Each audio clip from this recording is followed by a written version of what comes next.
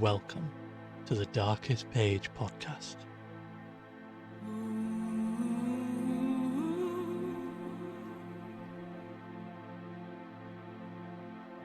Tonight's tale is The Thing on the Doorstep by H.P. Lovecraft.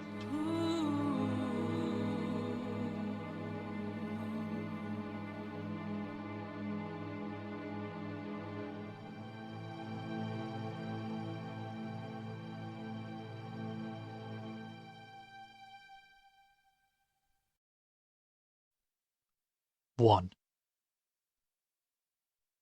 It is true that I have sent 6 bullets through the head of my best friend, and yet I hope to show by this statement that I am not his murderer. At first I shall be called a madman, madder than the man I shot in his cell at the Arkham Sanitarium. Later, some of my readers will weigh each statement, correlate it with the known facts, and ask themselves how I could have believed otherwise than as I did after facing the evidence of that horror, that thing on the doorstep. Until then I also saw nothing but madness in the wild tales I have acted on. Even now I ask myself whether I was misled, or whether I am not mad after all.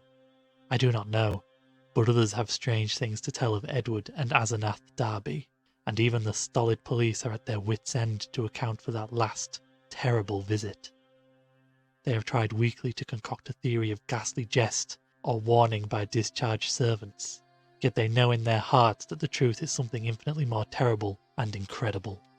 So I say that I have not murdered Edward Darby, rather have I avenged him, and in so doing purged the earth of a horror whose survival might have loosed untold terrors on all mankind. There are black zones of shadow close to our daily paths, and now and then some evil soul breaks a passage through. When that happens, the man who knows must strike before reckoning the consequences. I have known Edward Pickman Darby all his life. 8 years my junior, he was so precocious that we had much in common from the time he was 8 and I 16.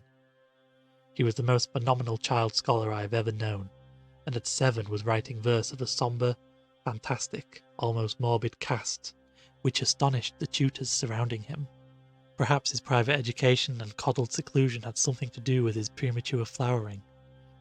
An only child, he had organic weaknesses which startled his doting parents and caused them to keep him closely chained to their side. He was never allowed out without his nurse, and seldom had a chance to play unconstrainedly with other children. All this doubtless fostered a strange, secretive inner life in the boy, with imagination as his one avenue of freedom. At any rate, his juvenile learning was prodigious and bizarre, and his facile writing such as to captivate me despite my greater age.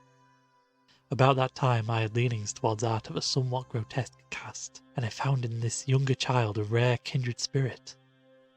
What lay behind our joint love of shadows and marvels was, no doubt, the ancient, mouldering, and subtly fearsome town in which we lived, witch-cursed, legend-haunted Arkham, whose huddled, sagging gambled roofs, crumbling Georgian balustrades brood out the centuries beside the darkly muttering Miskatonic. As time went by I turned to the architecture and gave up my designs of illustrating a book of Edward's demonic poems, yet our comradeship suffered no lessening. Young Darby's odd genius developed remarkably, and in his 18th year his collected nightmare lyrics made a real sensation when issued under the title Azathoth and Other Horrors.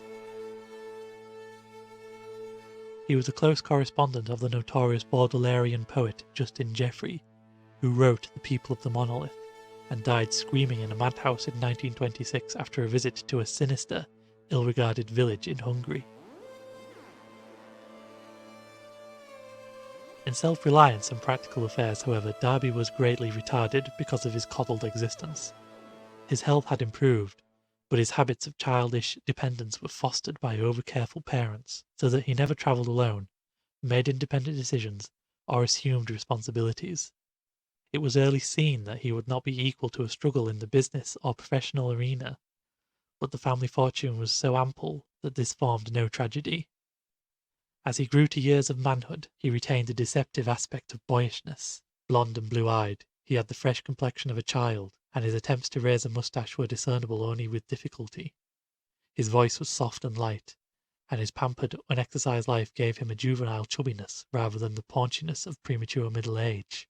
He was of good height, and his handsome face would have made him a notable gallant had not his shyness held him to seclusion and bookishness.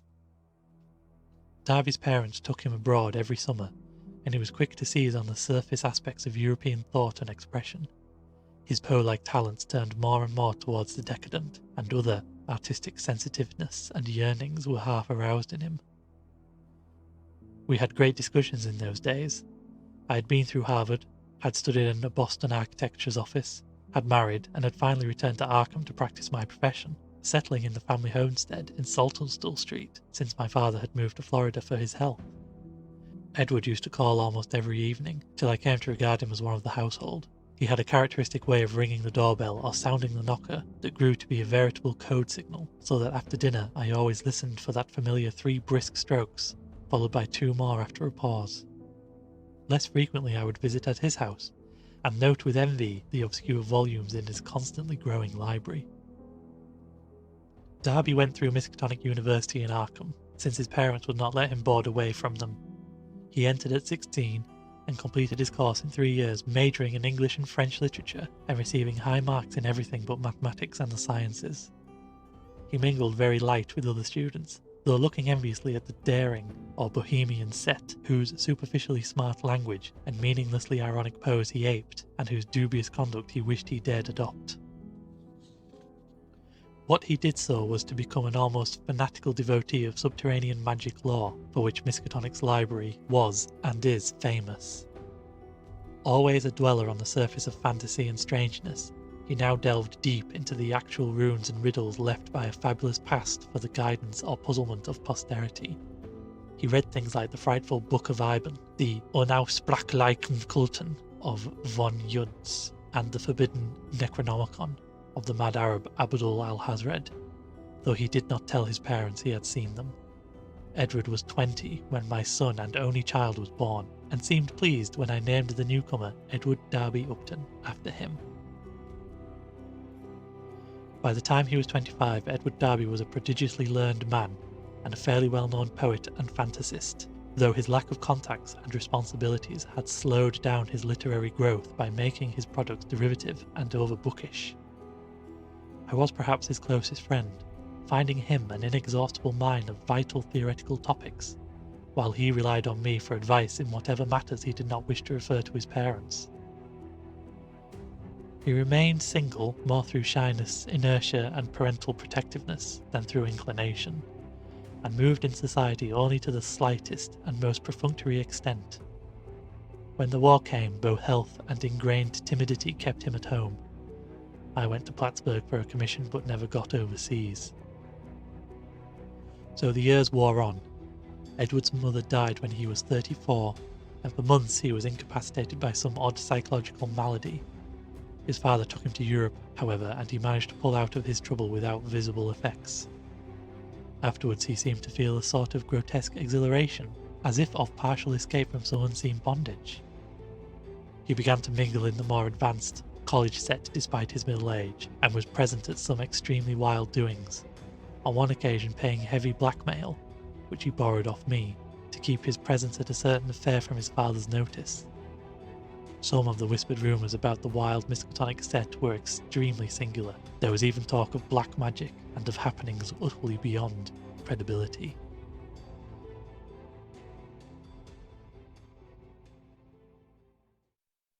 Two. Edward was 38 when he met Asenath Waite. She was, I judge, about 23 at the time, and was taking a special course in medieval metaphysics at Miskatonic. The daughter of a friend of mine had met her before, in the Hall School at Kingsport, and had been inclined to shun her because of her odd reputation. She was dark, smallish, and very good-looking except for over-protuberant eyes, but something in her expression alienated extremely sensitive people. It was, however, largely her origin and conversation which had caused average folk to avoid her. She was one of the Innsmouth Waites, and dark legends have clustered for generations about crumbling, half-deserted Innsmouth and its people. There were tales of horrible bargains about the year 1850, and of a strange element not quite human in the ancient families of the run-down fishing port. Tales such as only old-time Yankees can devise and repeat with proper awesomeness. Asenath's case was aggravated by the fact that she was Ephraim Waite's daughter, the child of his old age by an unknown wife, who always went veiled. Ephraim lived in a half-decayed mansion in Washington Street, Innsmouth, and those who had seen the place — Arkham folk avoid going to Innsmouth whenever they can — declared that the attic windows were always boarded and that strange sounds sometimes floated from within as evening drew on. The old man was known to have been a prodigious magical student in his day, and legend averred that he could raise or quell storms at sea according to his whim. I had seen him once or twice in my youth as he came to Arkham to consult forbidden tomes at the college library, and had hated his wolfish, saturnine face with its tangle of iron-grey beard. He had died insane under rather queer circumstances just before his daughter, by his will made a nominal ward of the principal, entered the Hall school, but she had been his morbidly avid pupil and looked fiendishly like him at times. The friend whose daughter had gone to school with Asenath, Waite, repeated many curious things when the news of Edward's acquaintance with her began to spread about. Asenath, it seemed, had posed as a kind of magician at school, and had really seemed able to accomplish some highly baffling marvels. She professed to be able to raise thunderstorms, though her seeming success was generally laid to some uncanny knack at prediction. All animals markedly disliked her, and she could make any dog howl by certain motions of her right hand.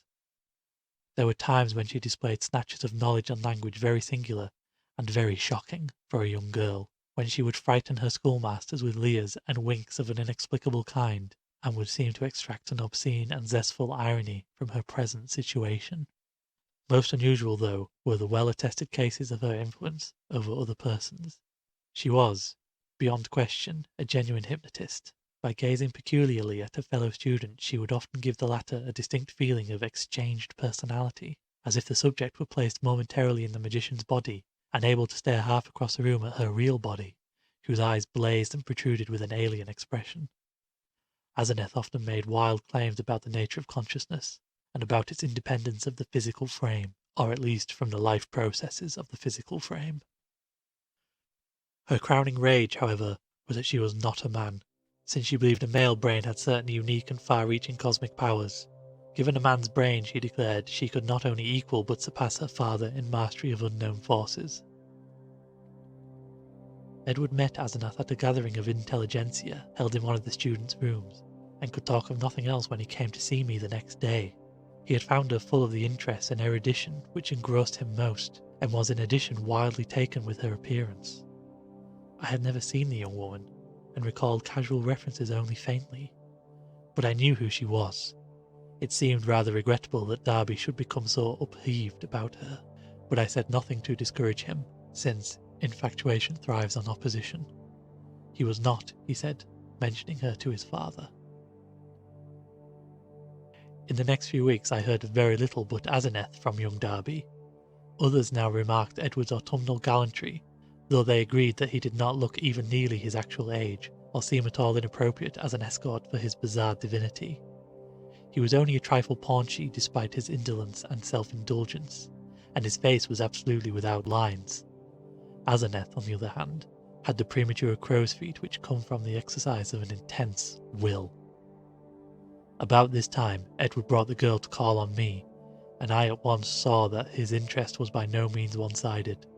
She eyed him continually, with an almost predatory air, and I perceived that their intimacy was beyond untangling. Soon afterwards I had a visit from old Mr. Darby, whom I had always admired and respected. He had heard the tales of his son's new friendship, and had wormed the whole truth out of the boy. Edward meant to marry Asenath, and had even been looking at houses in the suburbs. Knowing my usually great influence with his son, the father wondered if I could help to break the ill-advised affair off, but I regretfully expressed my doubts. This time it was not a question of Edward's weak will, but of the woman's strong will. The perennial child had transferred his dependence from the parental image to a new and stronger image, and nothing could be done about it. The wedding was performed a month later by a justice of the peace, according to the bride's request. Mr. Darby, at my advice, offered no opposition, and he, my wife, my son, and I attended the brief ceremony. the other guests being wild young people from the college. Asenath had brought the old Crown and Shield place in the country at the end of High Street, and they proposed to settle there after a short trip to Innsmouth, whence 3 servants and some books and household goods were to be brought. It was probably not so much consideration for Edward and his father as a personal wish to be near the college, its library, and its crowd of sophisticates that made Asenath settle in Arkham instead of returning permanently home.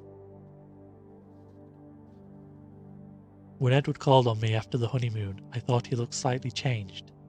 Asenath had made him get rid of the undeveloped moustache, but there was more than that. He looked soberer and more thoughtful. His habitual pout of childish rebelliousness had been exchanged for a look almost of genuine sadness. I was puzzled to decide whether I liked or disliked the change. Certainly, he seemed for the moment more normally adult than ever before. Perhaps the marriage was a good thing. Might not the change of dependence form a start towards actual neutralization, leading ultimately to responsible independence? He came alone, for Asenath was very busy.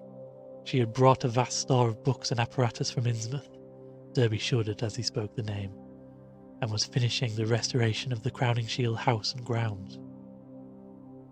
Her home in that town was a rather disquieting place, but certain objects in it had taught him some surprising things.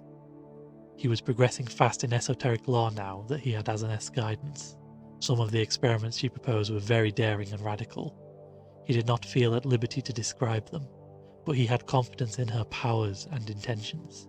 The 3 servants were very queer, an incredibly aged couple who had been with old Ephraim, and referred occasionally to him, and to Asenath's stepmother in a cryptic way, and a swarthy young wench who had marked anomalies of feature and seemed to exude a perpetual odour of fish. 3. For the next 2 years I saw less and less of Derby. A fortnight would sometimes slip by without the familiar 3 and 2 strokes at the front door, and when he did call out, or when, as happened with increasing infrequency, I called on him, he was very little disposed to converse on vital topics. He had become secretive about those occult studies which he used to describe and discuss so minutely, and preferred not to talk of his wife. She had aged tremendously since her marriage, till now, oddly enough, she seemed the elder of the 2. Her face held the most concentratedly determined expression I had ever seen, and her whole aspect seemed to gain a vague, unplaceable repulsiveness. My wife and son noticed it as soon as I, and we all ceased gradually to call on her, for which, Edward admitted in one of his boyishly tactless moments, she was unmitigatingly grateful. Occasionally the Darbys would go on long trips, ostensibly to Europe, though Edward sometimes hinted at obscurer destinations. It was after the first year that people began talking about the change in Edward Derby. It was very casual talk, for the change was purely psychological, but it brought up some interesting points. Now and then it seemed Edward was observed to wear an expression and to do things wholly incompatible with his usually flabby nature. For example, although in the old days he could not drive a car, he was now seen occasionally to dash into or out of the old Crowning Shield driveway with Asenath's powerful Packard, handling it like a master, and meeting traffic entanglements with a skill and determination utterly alien to his accustomed nature. In such cases, he seemed always to be just back from some trip, or just starting on one. What sort of trip, no one could guess, although he mostly favoured the Innsmouth road. Oddly, the metamorphosis did not seem altogether pleasing. People said he looked too much like his wife, or like old Ephraim Waite himself, in these moments, or perhaps these moments seemed unnatural because they were so rare.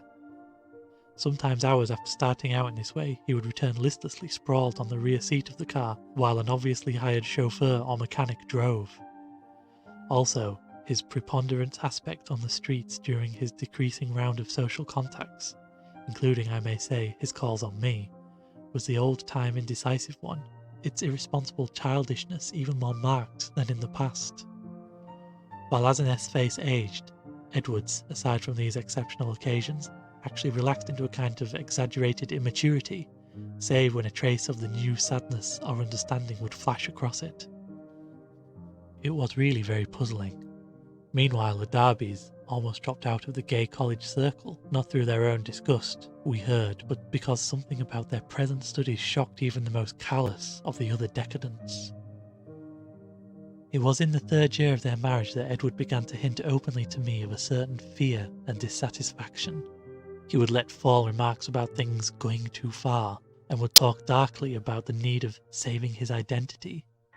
At first I ignored such references, but in time I began to question him guardedly, remembering what my friend's daughter had said about Asenath's hypnotic influence over other girls at school.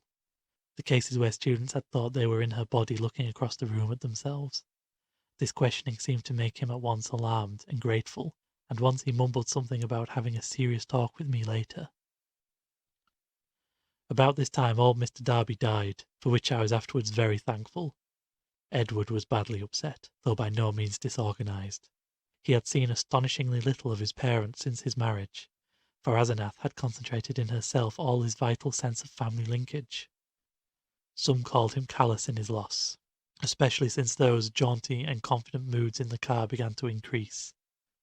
He now wished to be more back into the old Derby mansion, but Asenath insisted on staying in the Crowningshield house, to which she had become well adjusted.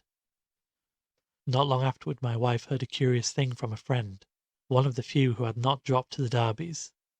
She had been out to the end of High Street to call on the couple and had seen a car shoot briskly out of the drive with Edward's oddly confident and almost sneering face above the wheel. Ringing the bell, she had been told by the repulsive wench that Asenath was also out, but had chanced to look up at the house in leaving. There, at one of Edward's library windows, she had glimpsed a hastily withdrawn face, a face of whose expression of pain, defeat, and wistful hopelessness was poignant beyond description. It was, incredibly enough in view of its usual domineering cast, Asenath's, yet the caller had vowed that in that instant the sad, muddled eyes of poor Edward were gazing out from it. Edward's calls now grew a trifle more frequent, and his hints occasionally became concrete. What he said was not to be believed, even in centuried and legend-haunted Arkham, but he threw out his dark lore with a sincerity and convincingness which made one fear for his sanity.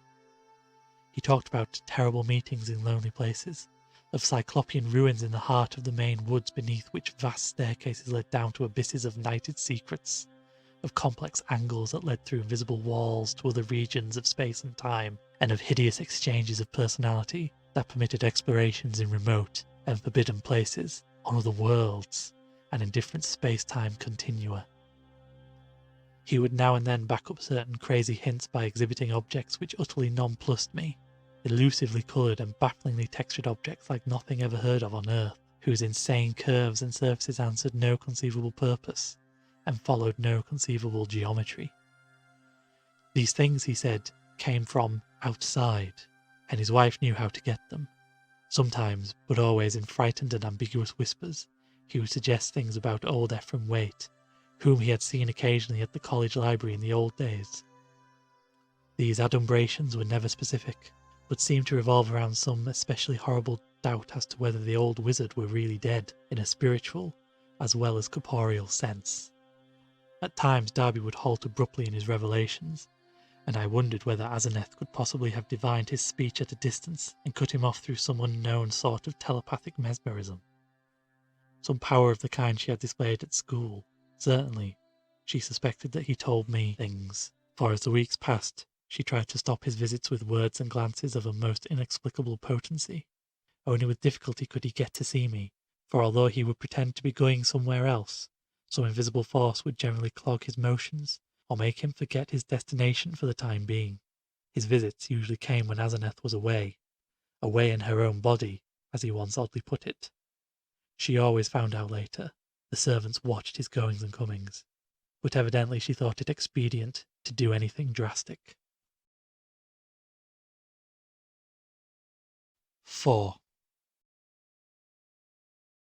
Darby had been married more than 3 years on that August day when I got the telegram from Maine.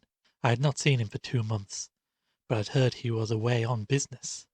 Asenath was supposed to be with him, though watchful gossips declared there was someone upstairs in the house behind the doubly curtained windows. They had watched the purchases made by the servants, And now the town marshal of Chesuncook had wired of the draggled madman who stumbled out of the woods with delirious ravings and screamed to me for protection.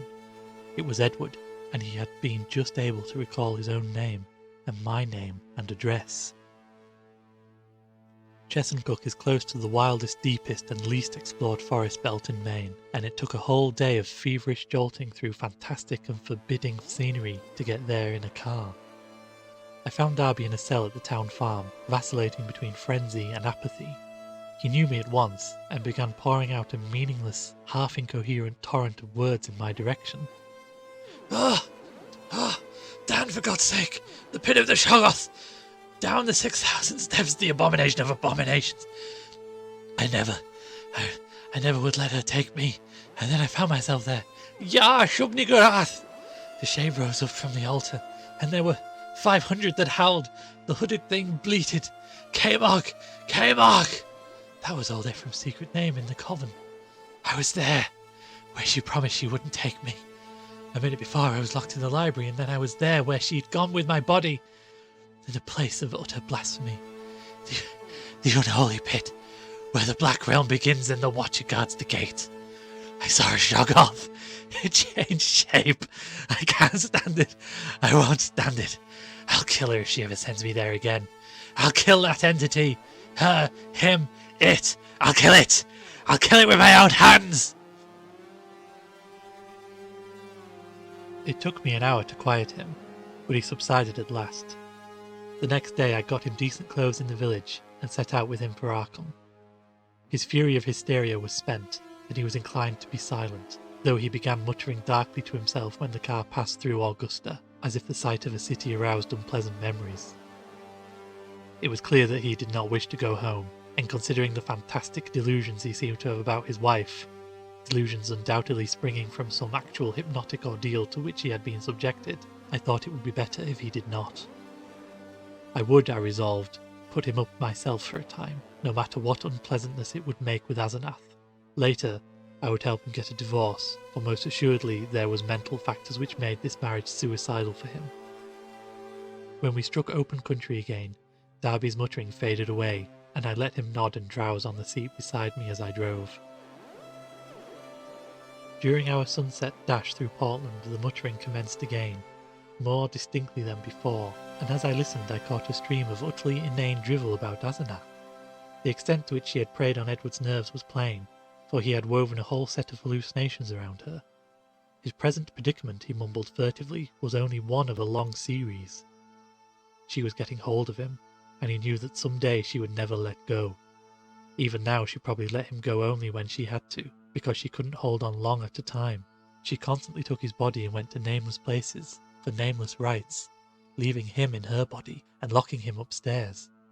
But sometimes she couldn't hold on, and he would find himself suddenly in his own body again in some far-off, horrible and perhaps unknown place. Sometimes she got hold of him again, and sometimes she couldn't. Often he was left stranded somewhere as I had found him. Time and again he had to find his way home from frightful distances, getting somebody to drive the car after he found it. The worst thing was that she was holding on to him longer and longer at a time. She wanted to be a man, to be fully human. That was why she got hold of him. She had sensed the mixture of fine-wrought brain and weak will in him. Some day she would crowd him out and disappear with his body, disappear to become a great magician like her father and leave him marooned in the female shell that wasn't even quite human. Yes, he knew about the Innsmouth blood now. There had been traffic with things from the sea. It was horrible. And old Ephraim, he had known the secret, and when he grew old did a hideous thing to keep alive. He wanted to live forever. Asenath would succeed. One successful demonstration had taken place already. As Darby muttered on, I turned to look at him closely, verifying the impression of change which an earlier scrutiny had given me. Paradoxically, he seemed in better shape than usual, harder, more normally developed, and without the trace of sickly flabbiness caused by his indolent habits. It was as if he had been really active and properly exercised for the first time in his coddled life, and I judged that Asenath's force must have pushed him into an unwanted channel of motion and alertness. But just now his mind was in a pitiable state, for he was mumbling wild extravagances about his wife, about black magic, about old Ephraim, and about some revelation which would convince even me. He repeated names which I recognised from bygone borrowings in forbidden volumes, and at times made me shudder with a certain thread of mythological consistency, of convincing coherence, which ran through his maundering. Again and again he would pause as if to gather courage for some final and terrible disclosure. Dan, don't you remember him? The wild eyes and the unkempt beard that never turned white? He glared at me once and I never forgot it. Now she glares that way, and I know why! He found it in the Necronomicon, the formula. I don't dare tell you the page yet, but when I do you can read and understand. Then you will know what has engulfed me. On, body to body to body. He means never to die. The life glow. He knows how to break the link. It can flicker on a while even when the body is dead. I'll give you hints and maybe you'll guess. Listen, Dan. Do you know why my wife always takes such pains with the silly backhand writing? Have you ever seen a manuscript of old Ephraim's? Do you want to know why I shivered when I saw some hasty notes Asenath had jotted down? Asenath, is there such a person? Why did they half think there was poison in old Ephraim's stomach? Why did the Gilmans whisper about the way he shrieked like a frightened child when he went mad and Asenath locked him up in the padded attic room where the other had been? Was it old Ephraim's soul that was locked in? Who locked in whom? Why had he been looking for months with someone with a fine mind and a weak will? Why did he curse that his daughter wasn't a son? Tell me, Daniel Upton. What devilish exchange was perpetuated in the House of Horror, where that blasphemous monster had his trusting, weak-willed, half-human child at his mercy? Didn't he make it permanent, as he'll do with me in the end? Tell me why that thing that calls itself Asenath writes differently when off guard, so that you can't tell its script from... Then the thing happened. Darby's voice was rising to a thin, terrible scream as he raved, when suddenly it was shut off with an almost mechanical click. I thought of those occasions at my home when his confidences had abruptly ceased, when I had half fancied that some obscure telepathic wave of Asenath's mental force was intervening to keep him silent. This, though, was something different altogether, and I felt infinitely more horrible. The face beside me was twisted, almost unrecognisably for a moment, while through the whole body there passed a shivering motion, as if all the bones, organs, muscles, nerves and glands were readjusting themselves to a radically different posture, set of stresses, and general personality. Just where the supreme horror lay I could not for my life tell, yet there swept over me such a swamping wave of sickness and repulsion, such a freezing, petrifying sense of utter alienage and abnormality, that my grasp of the wheel grew feeble and uncertain. The figure beside me seemed less like a lifelong friend than like some monstrous intrusion from outer space, some damnable, utterly accursed focus of unknown and malign cosmic forces. I had faltered only a moment, but before another moment was over my companion had seized the wheel and forced me to change places with him. The dusk was now very thick, and the lights of Portland far behind, so I could not see much of his face. The blaze of his eyes, though, were phenomenal, and I knew that he must now be in that queerly energised state, so unlike his usual self, which so many people had noticed. It seemed odd and incredible that listless Edward Darby, he who could never assert himself, and he who never learned to drive, should be ordering me about and taking the wheel of my own car. Yet that was precisely what had happened. He did not speak for some time, and in my explicable horror I was glad he did not. In the lights of Bidford and Seiko, I saw his firmly set mouth, and shivered at the blaze of his eyes. The people were right. He did look damnably like his wife and like old Ephraim when in these moods. I did not wonder that the moods were disliked. There was certainly something unnatural and diabolic in them, and I felt the sinister element all the more because of the wild ravings I had been hearing. This man, for all my lifelong knowledge of Edward Pickman Darby, was a stranger, an intrusion of some sort from the black abyss.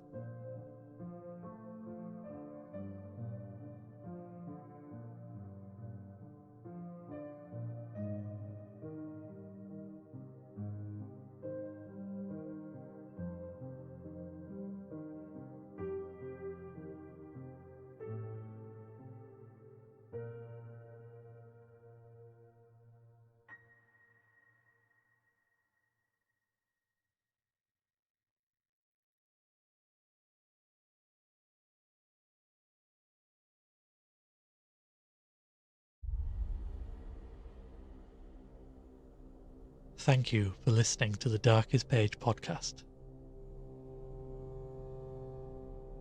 The Thing on the Doorstep will continue next time. I have been your host, and I wish you pleasant dreams.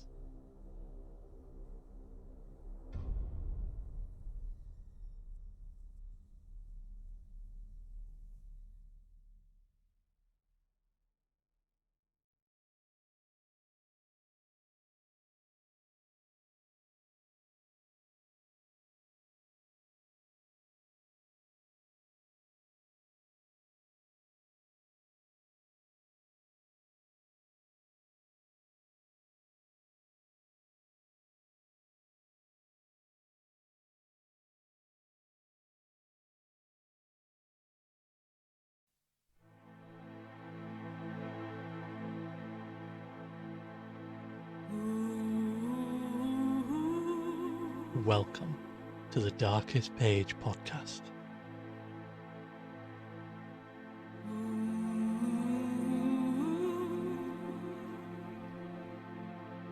Tonight's tale is The Thing on the Doorstep by H.P. Lovecraft.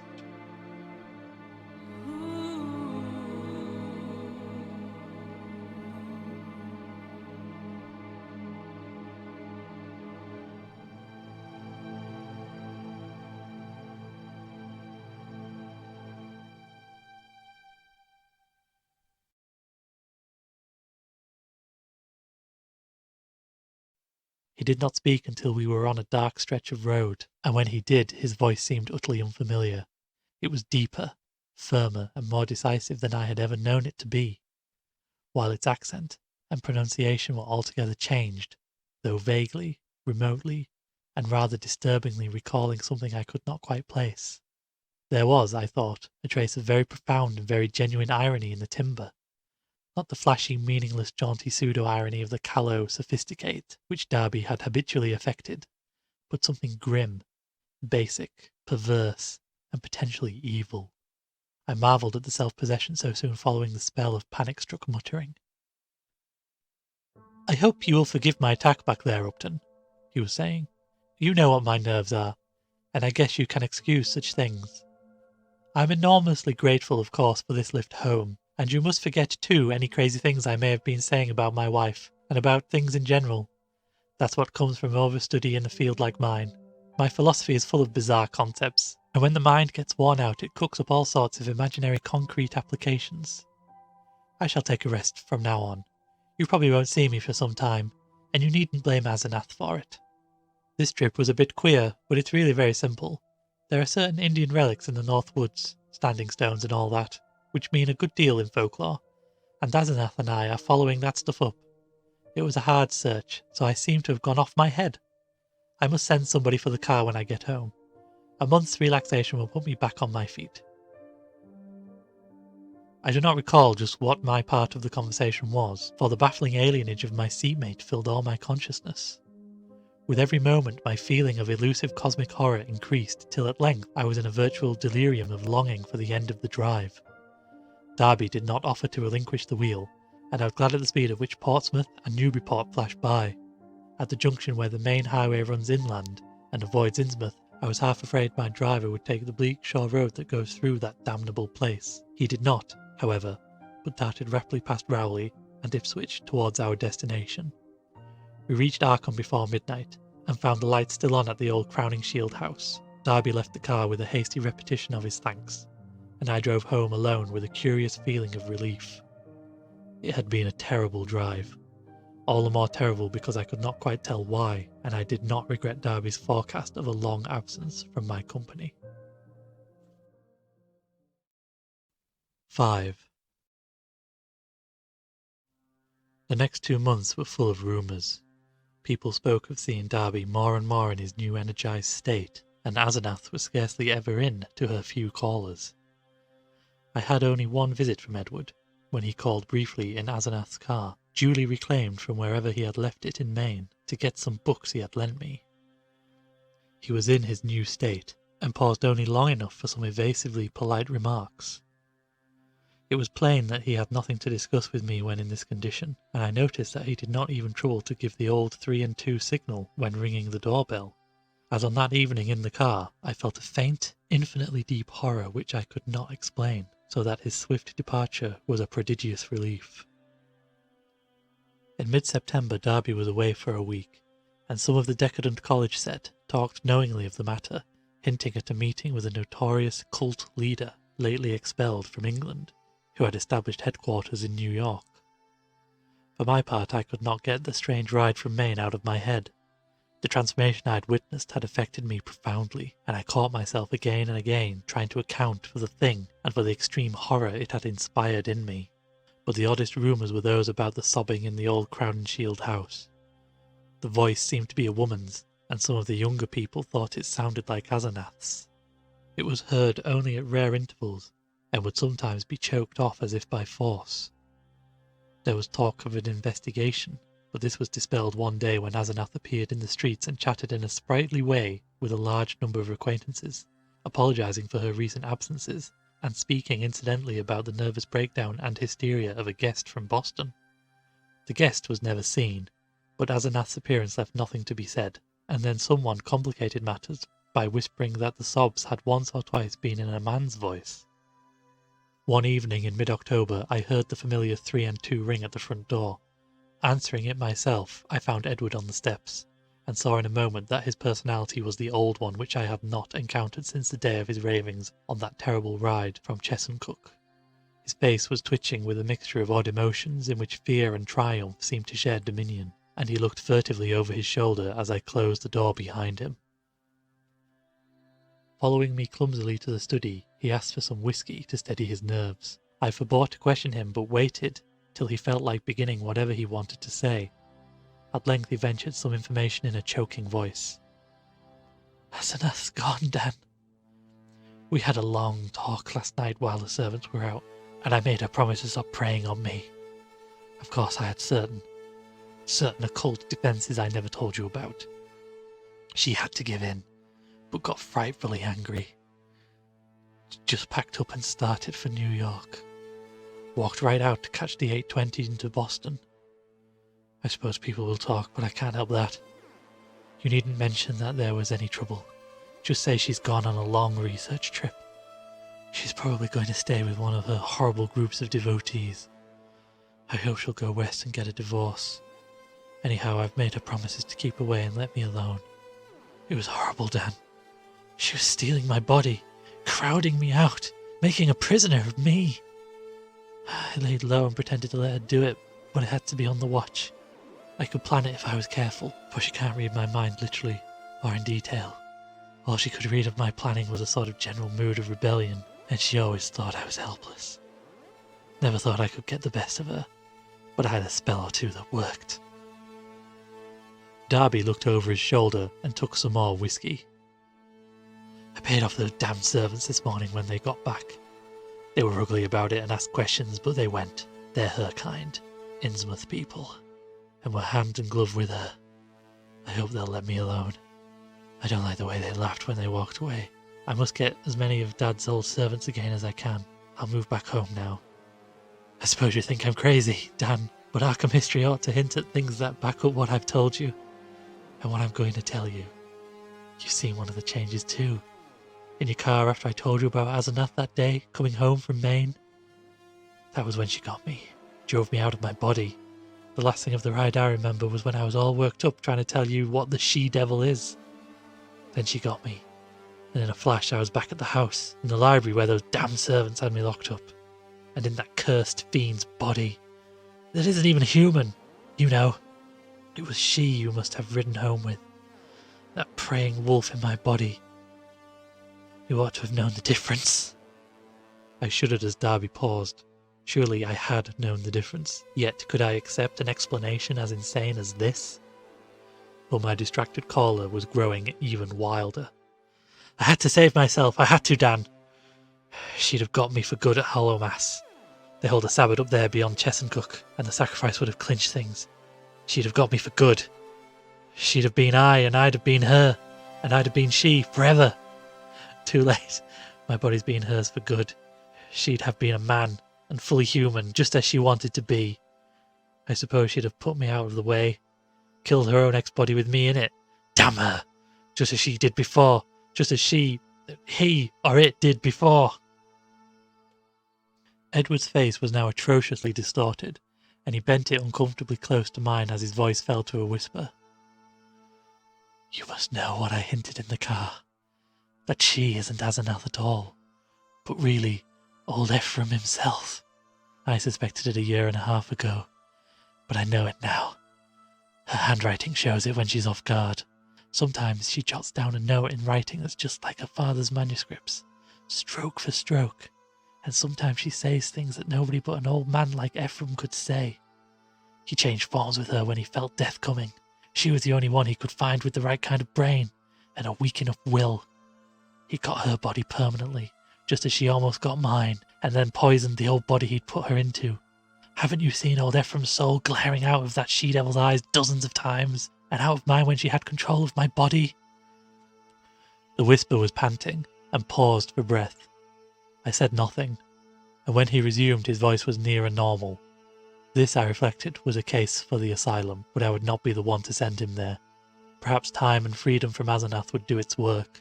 I could see that he would never wish to dabble in morbid occultism again. I'll tell you more later. I must have a long rest now. I'll tell you something of the forbidden horrors she led me into. Something of the age-old horrors that even now are festering in the out-of-the-way corners with a few monstrous priests to keep them alive. Some people know things about the universe that nobody ought to know, and could do things that nobody ought to be able to do. I've been in it up to my neck, but that's the end. Today I burned that damned Necronomicon and all the rest if I were librarian at Miskatonic. But she can't get me now. I must get out of that cursed house as soon as I can, and settle down at home. You'll help me. I know, if I need help. Those devilish servants, you know. And if people should get too inquisitive about Asenath. You see, I can't give them her address. Then there are certain groups of searchers, certain cults, you know, that might misunderstand our breakup. Some of them have damnably curious ideas and methods. I know you'll stand by me if anything happens, even if I have to tell you a lot that will shock you. I had Edward stay and sleep in one of the guest chambers that night, and in the morning he seemed calmer. We discussed certain possible arrangements for his moving back into the Derby mansion, and I hoped he would lose no time in making the change. He did not call the next evening, but I saw him frequently during the ensuing weeks. We talked as little as possible about strange and unpleasant things, but discussed the renovation of the old Derby house, and the travels which Edward promised to take with my son and me the following summer. Of Asenath we said almost nothing, for I saw that the subject was a peculiarly disturbing one. Gossip, of course, was rife, but that was no novelty in connection with the strange menage at the old Crowningshield house. One thing I did not like was what Derby's banker let fall in an over-expensive mood at the Miskatonic Club about the cheques Edward was sending regularly to a Moses and Abigail Sargent and a Eunice Babson in Innsmouth. That looked as if those evil-faced servants were extorting some kind of tribute from him. Yet he had not mentioned the matter to me. I wished that the summer and my son's Harvard vacation would come, so that we could get Edward to Europe. He was not, I soon saw, mending as rapidly as I had hoped he would, for there was something a bit hysterical in his occasional exhilaration, while his moods of fright and depression were altogether too frequent. The old Derby house was ready by December, yet Edward constantly put off moving. Though he hated and seemed to fear the Crowningshield place, he was at the same time queerly enslaved by it. He could not seem to begin dismantling things, and invented every kind of excuse to postpone action. When I pointed this out to him, he appeared unaccountably frightened. His father's old butler, who was there with other reacquainted family servants, told me one day that Edward's occasional prowlings about the house, and especially down cellar, looked odd and unwholesome to him. I wondered if Asenath had been writing disturbing letters, but the butler said there was no mail which could have come from her. 6. It was about Christmas that Derby broke down one evening while calling on me. I was steering the conversation towards next summer's travels, when he suddenly shrieked and leaped up from his chair, with a look of shocking, uncontrollable fright, a cosmic panic and loathing such as only the nether gulfs of nightmare could bring to any sane mind. My brain! My brain, goddan! It's tugging, from beyond, knocking, clawing that she-devil even now. Ephraim, Kamog, the pit of the Shoggoths, Yar, Shub-Niggurath, the goat with 1,000 young, the flame beyond body, beyond life, in the earth. Oh God! I pulled him back to his chair and poured some wine down his throat as his frenzy sank to a dull apathy. He did not resist, but kept his lips moving as if talking to himself. Presently, I realized that he was trying to talk to me, and bent my ear to his mouth to catch the feeble words. Again. She's trying. I might have known. Nothing can stop that force. Not distance, nor magic, nor death. It comes, and comes mostly in the night. I can't leave. It's horrible. Oh God, Dan, if you only knew as I do just how horrible it is. When he had slumped down into a stupor, I propped him up with pillows and let normal sleep overtake him. I did not call a doctor, for I knew what would be said of his sanity, and wished to give nature a chance if I possibly could. He waked at midnight, and I put him to bed upstairs, but he was gone by morning. He had let himself quietly out of the house, and his butler, when called on the wire, said he was at home pacing restlessly about the library.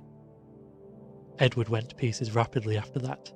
He did not call again, but I was daily to see him. He would always be sitting in his library, staring at nothing and having an air of abnormal listening. Sometimes he talked rationally, but always on trivial topics. Any mention of his troubles, of future plans, or of Asenath would send him into a frenzy. His butler said he had frightful seizures at night, during which he might eventually do himself harm. I had a long talk with his doctor, banker and lawyer, and finally took the physician with 2 specialist colleagues to visit him. The spasms that resulted from the first questions were violent and pitiable, and that evening a closed car took his poor struggling body to the Arkham Sanitarium. I was made his guardian and called on him twice weekly, almost weeping to hear his wild shrieks, awesome whispers, and dreadful, droning repetitions of such phrases as, "I had to do it. I had to do it. It'll get me down there in the dark. Mother, Dan, save me! Save me!" How much hope of recovery there was, no one could say, but I tried my best to be optimistic. Edward must have a home if he emerged, so I transferred his servants to the Derby mansion, which would surely be his sane choice. What to do about the Crowningshield place with its complex arrangements and collections of utterly inexplicable objects I could not decide, so left it momentarily untouched, telling the Derby housemaid to go over and dust the chief rooms once a week, and ordering the furnace man to have a fire on those days. The final nightmare came before Candlemas, heralded in cruel irony by a false gleam of hope. One morning late in January, the sanitarium telephoned to report that Edward's reason had suddenly come back. His continuous memory, they said, was badly impaired, but sanity itself was certain. Of course, he must remain some time for observation, but there could be little doubt of the outcome. All going well, he would surely be free in a week. I hastened over in a flood of delight, but stood bewildered when a nurse took me to Edward's room. The patient rose to greet me, extended his hand with a polite smile, but I saw in an instant that he bore the strangely energized personality which had seemed so foreign to his own nature. The competent personality I had found so vaguely horrible, and which Edward himself had once vowed was the intruding soul of his wife. There was the same blazing vision, so like Asenath's and old Ephraim's, and the same firm mouth, and when he spoke I could sense the same grim, perverse irony in his voice. The deep irony so redolent of potential evil. This was the person who had driven my car through the night 5 months before.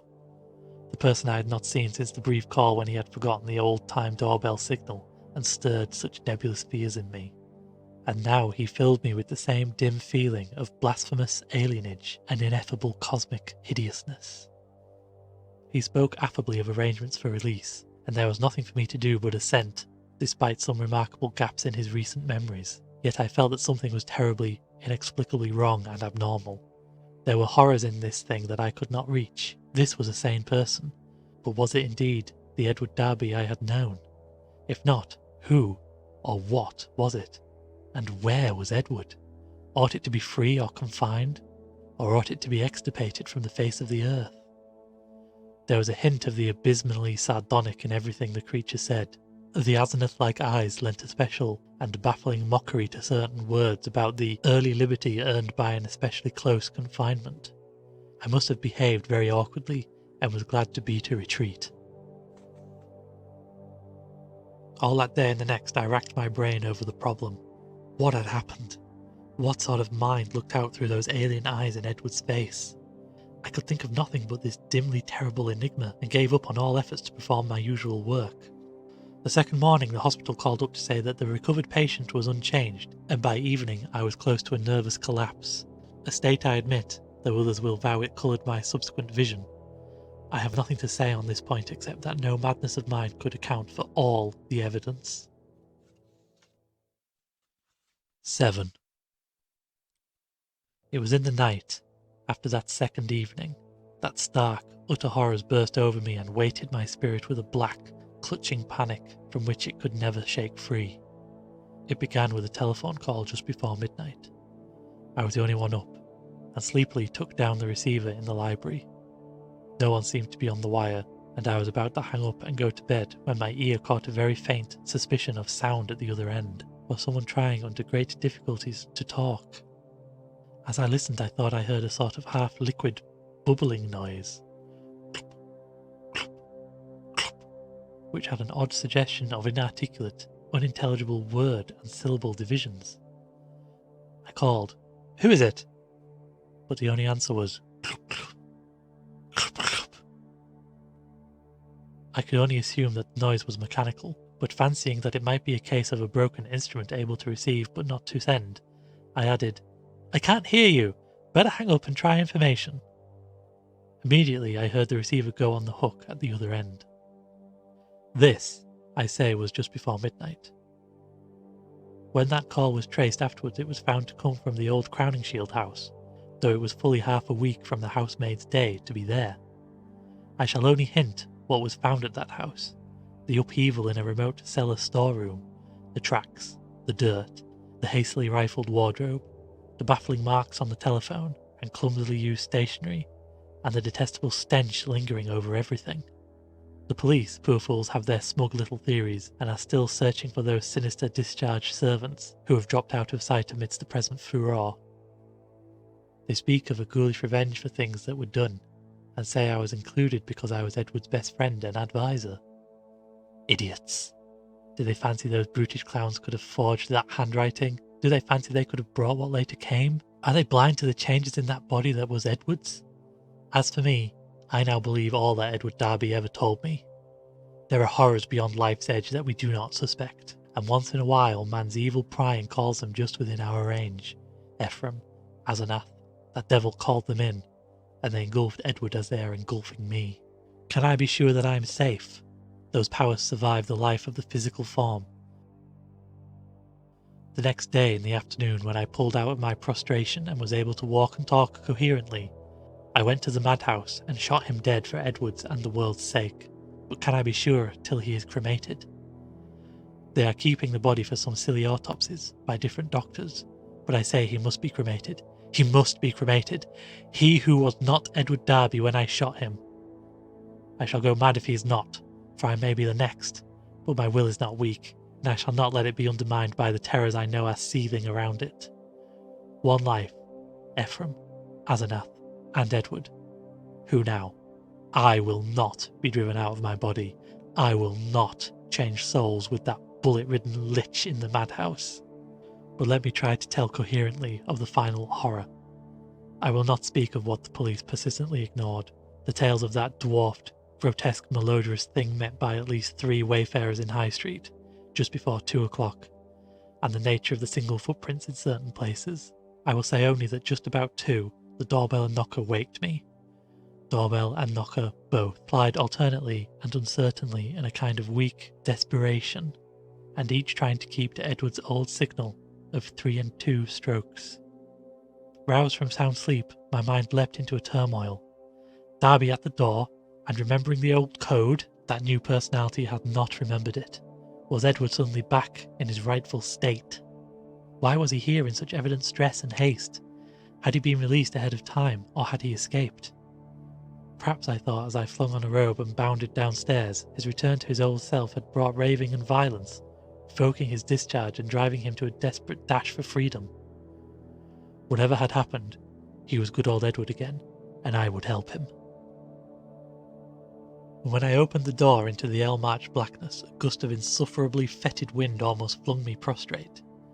I choked in nausea and for a second scarcely saw the dwarfed, humped figure on the steps. The summons had been Edward's, but who was this foul, stunted parody?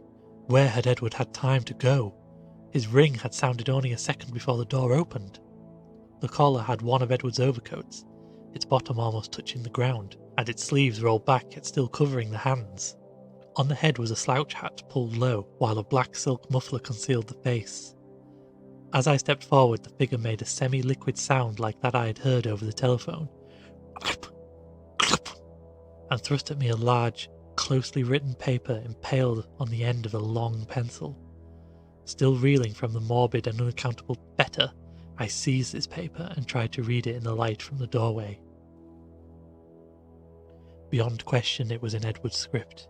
But why had he written when he was close enough to ring? And why was the script so awkward, coarse and shaky? I could make out nothing in the dim half-light, so edged back into the hall, the dwarf figure clumping mechanically after, but pausing on the inner door's threshold.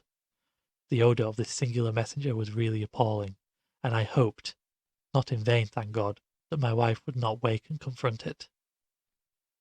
Then, as I read the paper, I felt my knees give under me and my vision go black. I was lying on the floor when I came to, that accursed sheet still clutched in my fear-rigid hand. This is what it said. Dan, go to the sanitarium and kill it. Exterminate it. It isn't Edward Darby anymore. She got me. It's Asenath. And she's been dead 3 months and a half. I lied when I said she'd gone away. I killed her. I had to. It was sudden, but we were alone and I was in my right body. I saw a candlestick and smashed her head in. She would have got me for good at Hallowmass. I buried her in the farther cellar storeroom under some old boxes and cleaned up all the traces. The servants suspected next morning, but they have such secrets that they dare not tell the police. I sent them off, but God knows what they and others of the cult will do.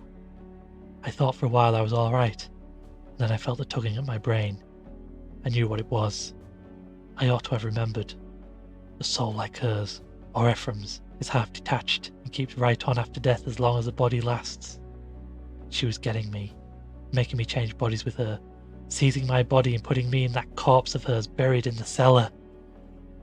I knew what was coming. That's why I snapped and had to go to the asylum. Then it came. I found myself choked in the dark, and Asenath's rotting carcass down there in the cellar under the boxes where I put it, and I knew she must be in my body at the sanitarium, permanently, for it was after Hallowmass, and the sacrifice would work even without her being there, sane and ready for release as a menace to the world. I was desperate, and in spite of everything, I clawed my way out. I'm too far gone to talk. I couldn't manage to telephone, but I can still write. I'll get fixed up somehow and bring you this last word and warning. Kill that fiend if you value the peace and comfort of the world. See that it is cremated. If you don't, it will live on and on, body to body forever, and I can't tell you what it'll do. Keep clear of black magic, Dan. It's the devil's business. Goodbye. You've been a great friend. Tell the police whatever they'll believe, and I'm damnably sorry to drag all this on you. I'll be at peace before long. This thing won't hold together much more. Hope you can read this. And kill that thing. Kill it. Yours, Ed.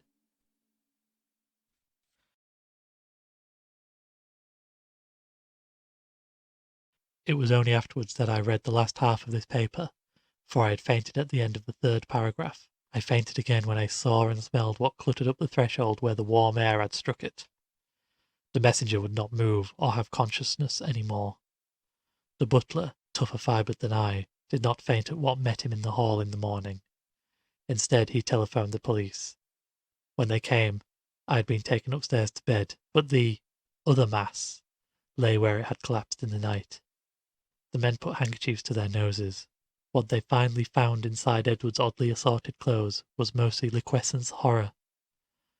There were bones too, and a crushed-in skull. Some dental work positively identified the skull as Asenath's.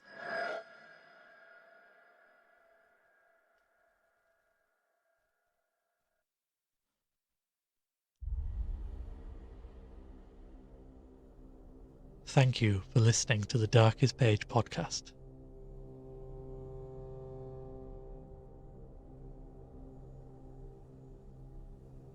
I have been your host, and I wish you pleasant dreams.